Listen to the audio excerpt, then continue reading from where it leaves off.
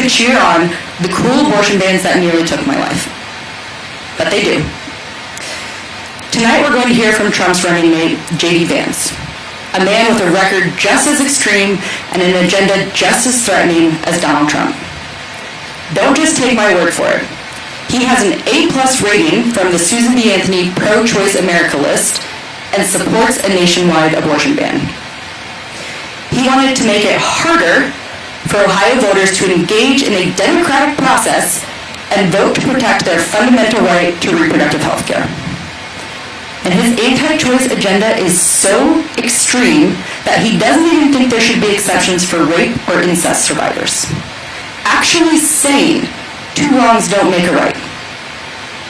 He calls these devastating circumstances inconvenient.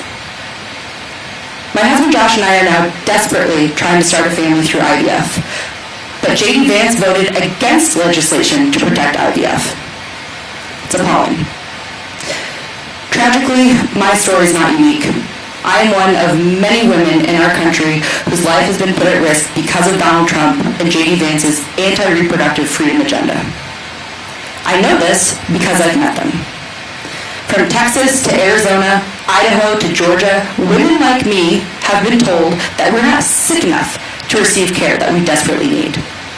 We've been turned away from hospitals. We've been found collapsed on bathroom floors. We have been told to flee our state borders in the hope of receiving basic reproductive care. We have been robbed of our freedom. I'm just one of those women. Like most Americans, I believe that healthcare decisions belong between a woman and her doctor. But if Donald Trump and J.D. Vance are elected, they will make my devastating story, the stories I've heard across the country, the reality for far too many more American women. That's why we must re-elect President Biden, Vice President Harris, and Democrats up and down the ballot. They are fighting for reproductive freedom, and they won't stop until they restore the protections of Rome so that people in every state have access to the care they need. The stakes of this election could not be higher for our lives and for our future. Thank you.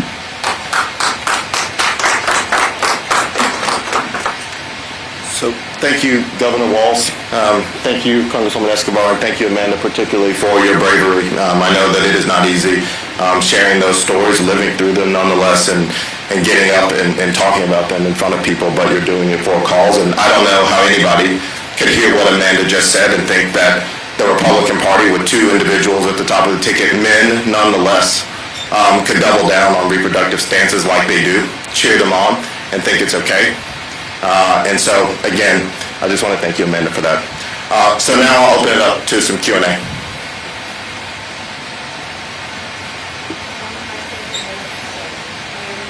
Examiner, this is actually a question for the governor. I think you sent around a letter about the virtual roll call.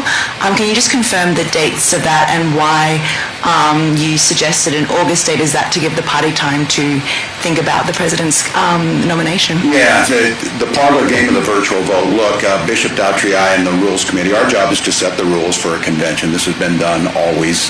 One of the things is, just to be clear, and it's not by coincidence, J.D. Vance in Ohio. Ohio's legislature in the ballot access, the timing of it was the initial part of making the virtual ballot, making sure our delegates, as they got there, committed to Biden and Harris to cast those votes. And the timing of the convention makes it so that we need to get that in ahead of time. This meeting was scheduled for many months, the one on Friday, and it was never meant to be the virtual roll call. It'll be setting out the agenda together as the Rules Committee moving forward. That virtual vote won't happen before the 1st of August, and we just need to get it done probably by the 15th of August to make sure that those signatures on things are in the Secretary of State's, and it's including states. I believe Washington's August 20th, the second day of our convention, so those are the reasons for it. Oh, I'm sorry, it's not my job to call. You're good, Governor.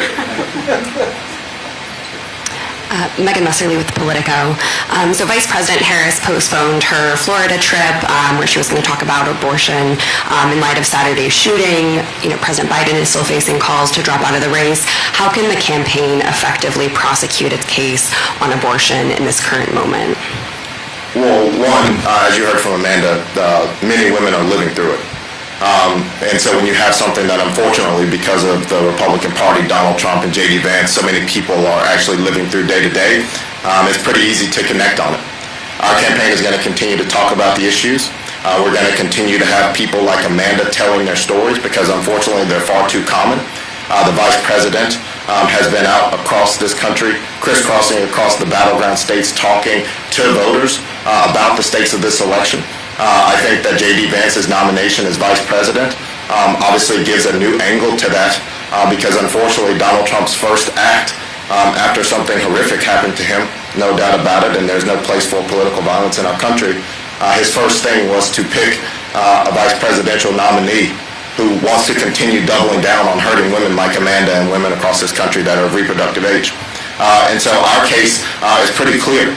We're going to continue to point out where the Republican Party and Donald Trump's MAGA extremists stand on the issue of abortion. They want a nationwide abortion ban. Doubling down on it, they want to get rid of IVF and family planning services. They don't believe or trust women, nor do they respect them enough to think that they should control their own reproductive freedom. And so our case to Americans is pretty clear. Joe Biden and Kamala Harris trust women. Joe Biden respects women enough to actually listen to them and put one as his vice president who has actually gone through talking about and understanding women's choices and the things that women in this country have to go to. Nevertheless, a black woman. Let's get into the facts about black maternal health care in this country. And so our case is pretty clear. We're going to continue to take it to the American people every single day from now until November.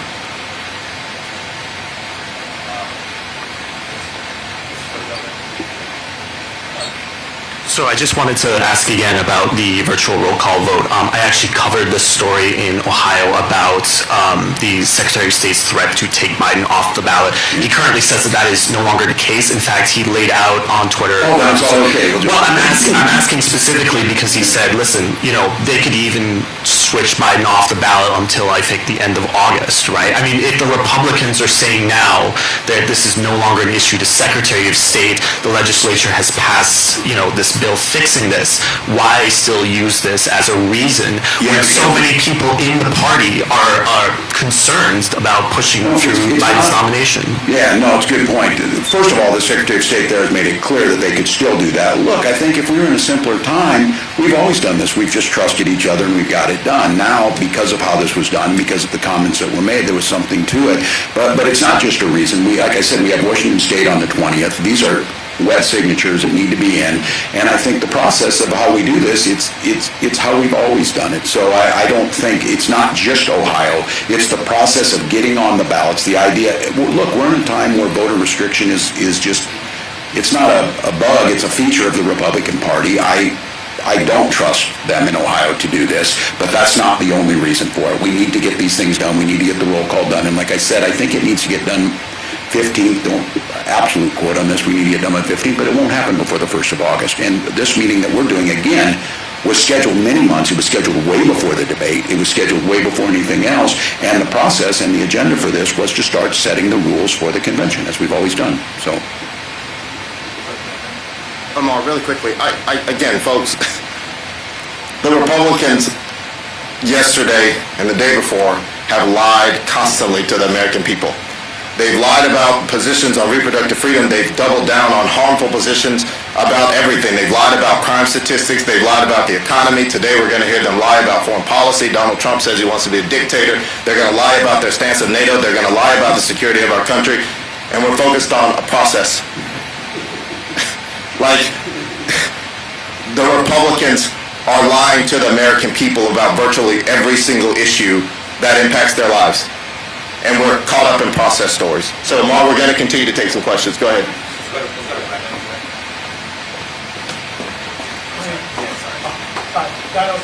Voice. Quentin, are there going to be more press events like this in regards to Project 2025?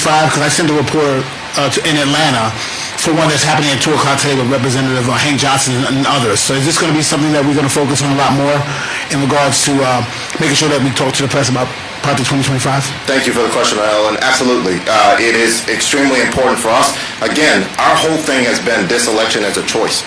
And there are two very different visions for this country. We heard the president in Detroit lay out his vision where he wants to expand health care. He wants to expand the cap on prescription drugs, continue to lower costs. He wants to make sure that there is no nationwide abortion ban. He wants to pass the PRO Act. He wants to make sure kids continue to not have to drink dirty water, internet access. That is where President Biden and Vice President Harris's focus is. And when it comes to Project 2025, that is Donald Trump's agenda for a second term. He is trying to moderate his position on it. The Supreme Court that he largely appointed have given him untethered and fettered power that we have not seen any president have. And he's going to use Project 2025 and his his vice presidential pick, J.D. Vance, to continue to push that forward. Gutting checks and balances, getting rid of critical government department agencies like the Department of Education, and then shoving a nationwide abortion ban down the throats of women like Amanda across this country. So we're going to continue to talk about it every single day and make sure that we're drawing that contrast.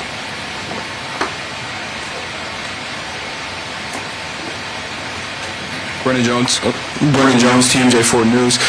Driving around Milwaukee, you can see near construction zones, Biden infrastructure plan paid for those construction zones. What other ways are you guys looking to campaign in Milwaukee, and why should Milwaukee voters select you guys in November? Well, first we should just start by Donald Trump saying that he thought Milwaukee was disgusting and that he hates being here. That seems like a good place to start for Milwaukee voters. But second, I think that the work that you do see around is creating jobs. Milwaukee voters are just like voters from across this country. Inflation is continuing to come down. Milwaukeeans with diabetes, their insulin is capped at $35 because of the work of the Biden-Harris administration. Milwaukeeans with student loan debt, they're getting their debt forgiven because of the Biden-Harris administration. Unfortunately, any that are under the age of 26 are continuing to be able to allow to stay on their parents' health care insurance because of President Biden, and it has been expanded. So we're going to continue to draw the stakes of this election. Women of reproductive age have more to lose in Milwaukee and Wisconsin than anyone else. Unfortunately, let's talk about African-American voters. Black jobs. President Biden believes that a black job could be the first black president of the United States, or the vice president, or a Supreme Court justice, or if that's not enough, or Secretary of Defense. Donald Trump believes that black jobs are menial labor jobs that are being taken by immigrants who he claims are crossing the border, another lie, when he stood in the way and did absolutely nothing. And then going beyond that, the person that he picked to be his vice presidential nominee was in the United States Senate when they were negotiating a bipartisan bill and did absolutely nothing. J.D. Vance had an opportunity to lead on immigration, and he did nothing. He stood by, and he's going to continue to be a double rubber stamp for Donald Trump and a divisive extreme agenda that is out of touch. And so when it comes to why Wisconsins and Milwaukeeans should support the Biden-Harris ticket, I think that the choice is very, very clear.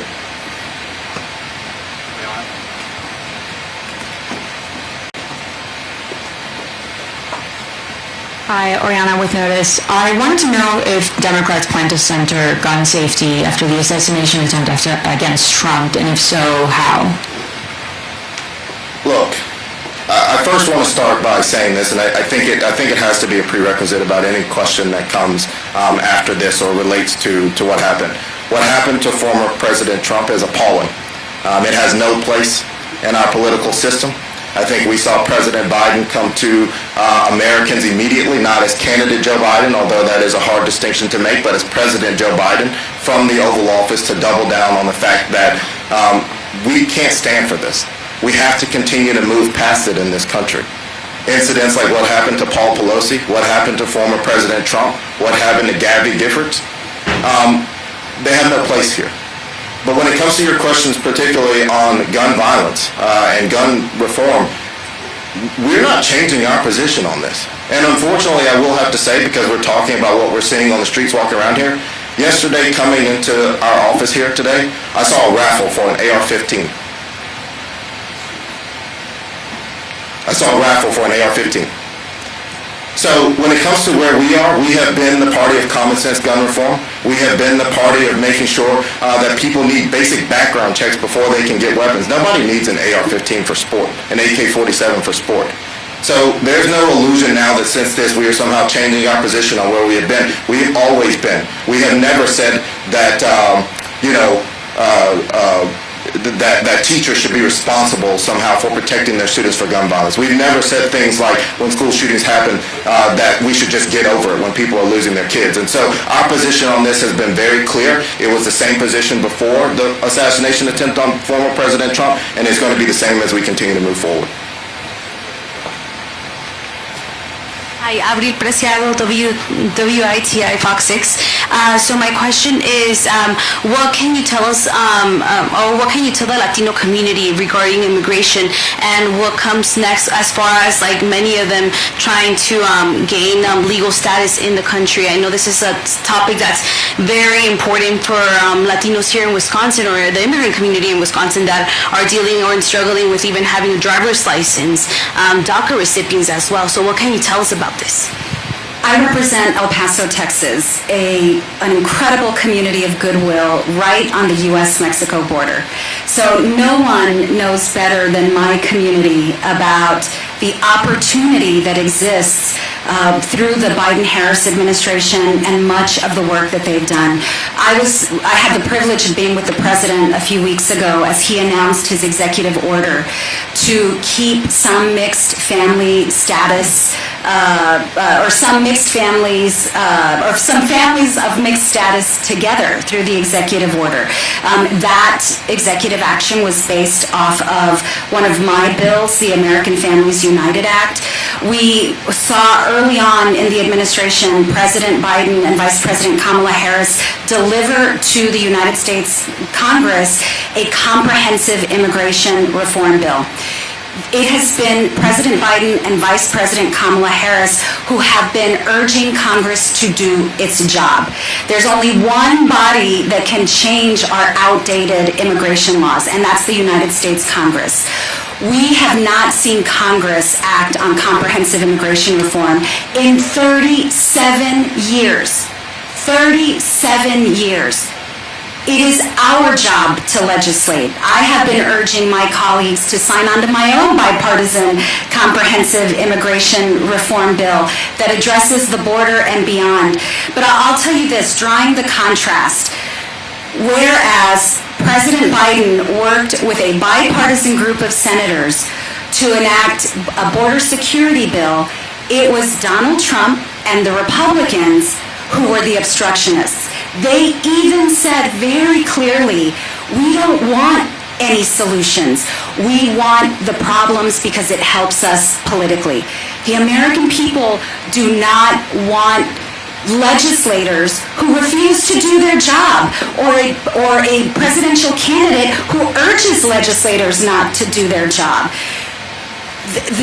Furthermore, when you look at Project 2025, which again, I would urge every reporter and every American to do a deep dive on this terrifying blueprint for what Republicans want for America. Republicans are through Project 2025 are advocating for some of the most extreme anti-immigration policies. Donald Trump has leaned in on wanting mass deportations and creating deportation camps at the border. There's a great story in the New York Times yesterday. One of the reporters, Jasmine Ulloa, interviewed Republican Latinos who said they don't really quite believe that Donald Trump will do what he's promising to do. And I want everyone to go back and read the story of the Indiana man who was married to a woman who voted for Donald Trump, who under the Trump administration was deported. Someone who had been here for 20 years, who had started a restaurant, a beloved member of the Indiana community, but Donald Trump kept his promise, which was to deport him and to deport people like him. His wife was shocked. She said she never imagined that would happen. Look at what they've done.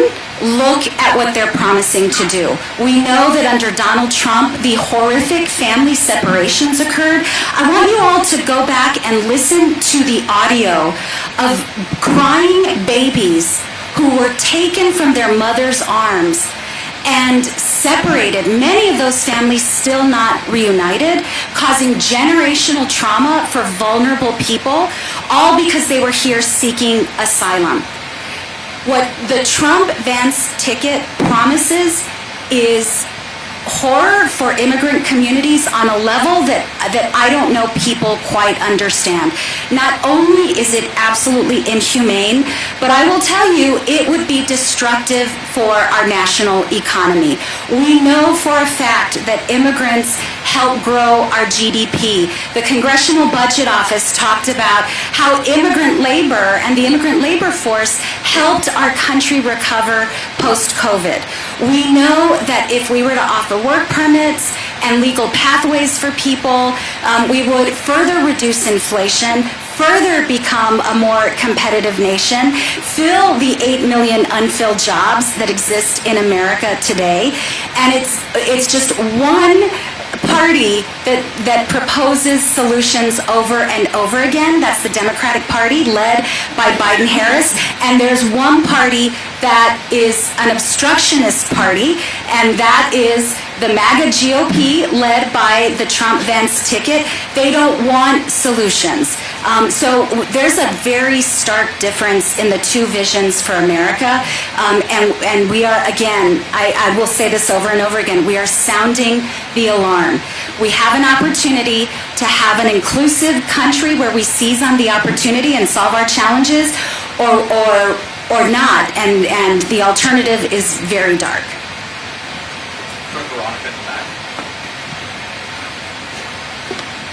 Hi, thanks for coming in the back. Veronica with CNN. Can I get your response to Ron DeSantis and Nikki Haley's appearance last night at the RNC, particularly Nikki Haley's endorsement of Donald Trump, given the Biden's campaign outreach to her supporters? Look, I think that Nikki Haley and her supporters are two different groups of people. Nikki Haley's supporters voted for her during the primary, hundreds of thousands of them, well above the margin of victory in every single one of the states where Republican primaries took place.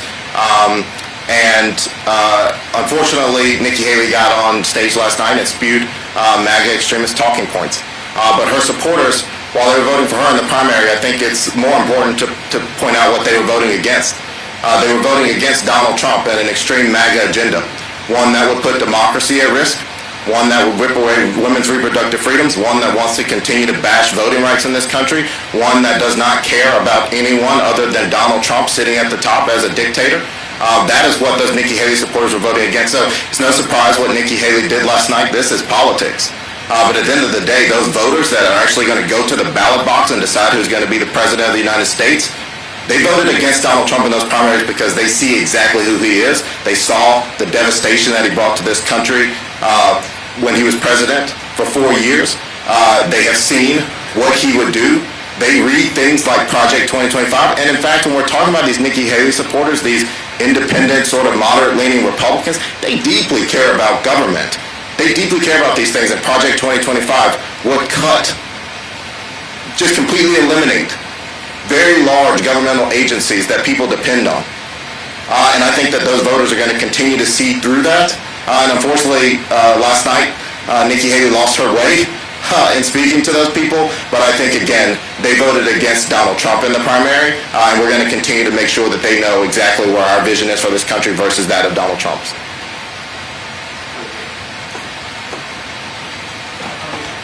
I can hear you.